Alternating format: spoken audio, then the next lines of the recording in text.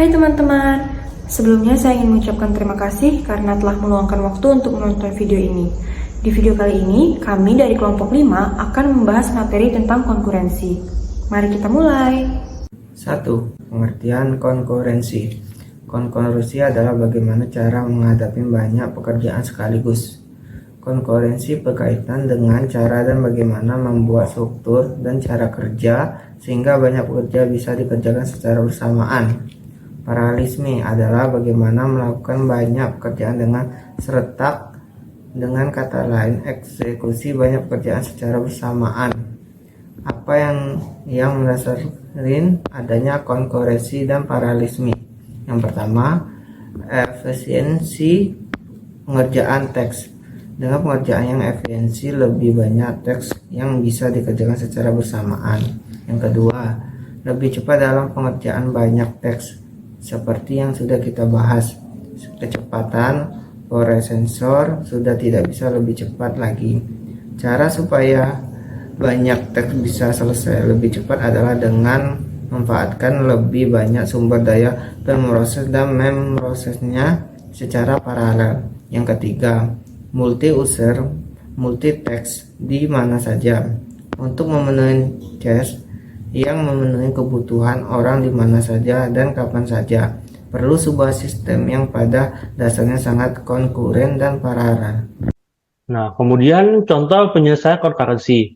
Nah, contoh dari penyelesaian konkurensi ini adalah secara higher level, yaitu kita membuat sebuah thread poll yang dimana poll tersebut akan mengatur order atau request yang masuk dan memberikan tugas kepada thread yang ada. Nah, order atau request ini akan ditampung ke dalam poll yang berbentuk queue atau antrian. Karena bentuknya adalah antrian, berarti order atau request tersebut sudah disusun secara berurutan.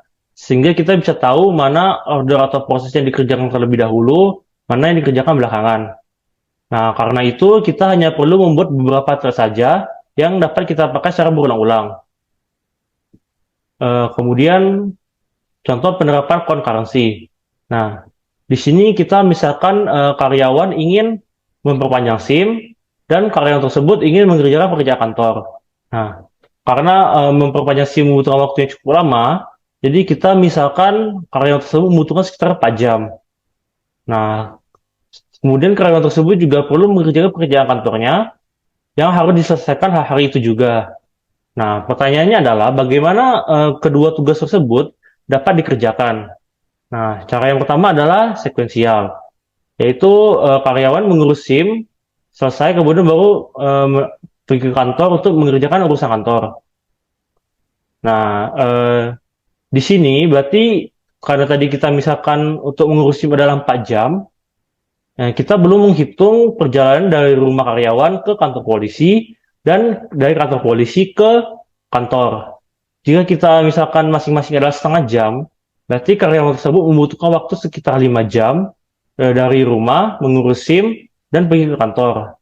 Nah, jika pekerjaan kantor adalah 6 jam, berarti total pekerjaan yang harus dikerjakan karyawan tersebut adalah sekitar 11 jam.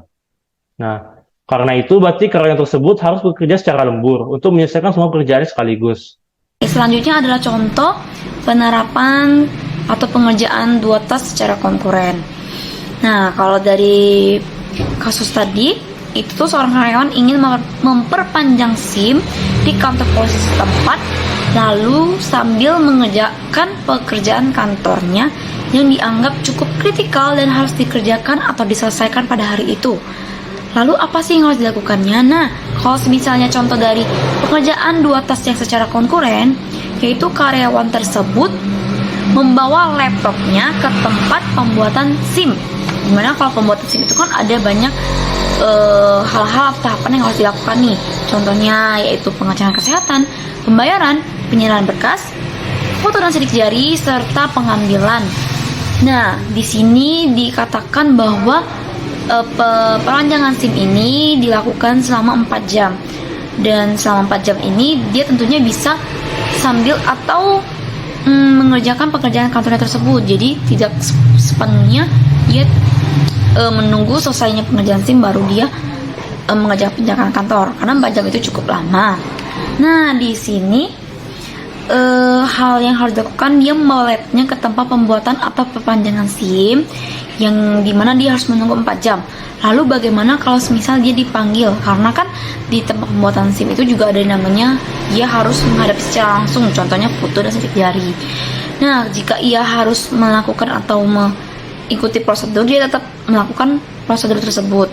Tetapi jika ia di mana fase dia harus menunggu, contohnya itu harus menunggu mengantri atau pengambilan, dia bisa mengerjakan pekerjaan kantornya di sana. Jadi pekerjaan kantornya sedikit lebih ringan atau cepat terselesaikan dibandingkan dia tidak membawa laptopnya tersebut. Oke, selanjutnya itu adalah pengerjaan 2 tas secara paralel. Oke, kalau pengerjaan secara paralel tersebut yaitu karyawan ini berhasil membujuk seorang asisten pada hari tersebut. Jadi pekerjaan kantornya itu dibagi 2, dimana dengan asistennya. Misalnya pekerjaan kantornya itu memiliki 5 tahapan atau 6 tahapan atau prosedur-prosedur yang lebih banyak. Tapi karena ia mencari seorang asisten yang mungkin bisa ia mengerjakan pekerjaan yang cukup bisa dikerjakan oleh orang lain, ia memberikan pekerjaan tersebut kepada asistennya tersebut. Jadi di mana di saat ia harusnya mengantri atau di mana di saat dia harus mengerjakan prosedur pembuatan SIM tersebut, di mana harus foto atau sidik jari yang dimana dia bisa meninggalkan pekerjaannya, hal tersebut bisa dikerjakan oleh asistennya. Nah, namun kalau di saat dia bisa menunggu atau tidak mengerjakan hal-hal yang tentang SIM, dia bisa mengerjakan pekerjaan kantornya. Nah, pekerjaan kantornya ini akan sedikit lebih cepat terselesaikan karena ia membagi menjadi 2, yaitu dengan asistennya. Lalu setelah pekerjaan kantornya itu terbagi, ia bisa mengabulkan hasil pekerjaannya asisten dan lalu pekerjaannya selesai. Jadi di sini lebih ke kita meminta bantuan orang atau asistennya tersebut. Oke. Kalau dibayangkan dengan pengerjaan komputer atau dibagikan sebagai prosesor atau dalam komputer, kita bisa asosiasikan karyawan dan asisten sebagai prosesor dan membuat SIM dan kerjaan kantor itu seperti tas. Nah, maka kita bisa melihat analoginya seperti gambar tersebut atau yang seperti yang saya katakan tersebut. Oke, sekian dari yang punya saya. Selanjutnya akan dibahas oleh teman saya yang lainnya. Terima kasih. Oke, seperti yang sudah ditampilkan di PPT berikut, di sini kita bisa lihat bahwa karyawan sembari menunggu masih harus menghadap petugas SIM sesekali atau bisa disebut switching task. Untuk dapat mencapai paralelisme murni, kita harus memastikan bahwa setiap prosesor, dalam hal ini karyawan dan asisten, melakukan pekerjaan secara independen. Karena ada 3 task yang berbeda di sini, ada SIM, kantor oleh karyawan, dan kantor oleh asisten. Lalu pihak yang bekerja di sini hanya 2 orang, asisten dan karyawan. Maka kita bisa mendapatkan satu pihak lagi, yaitu dengan membayar calo atau meminta polisi yang baik untuk memproses SIM hingga selesai.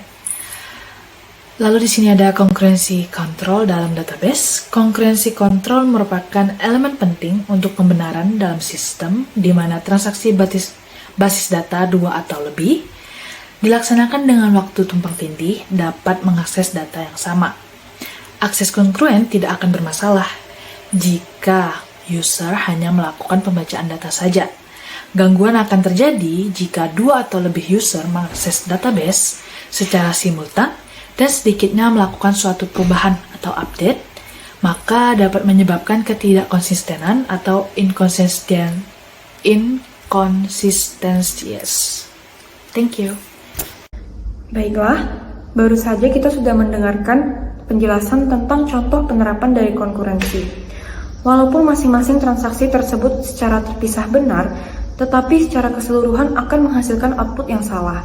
Terdapat 3 masalah potensial yang disebabkan oleh konkurensi. Yang pertama, ada masalah kehilangan modifikasi atau loss updates problem.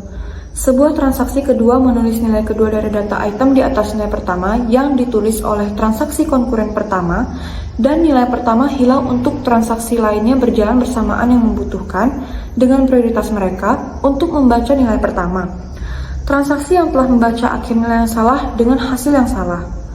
Yang kedua, ada masalah modifikasi sementara atau uncommitted dependency problem.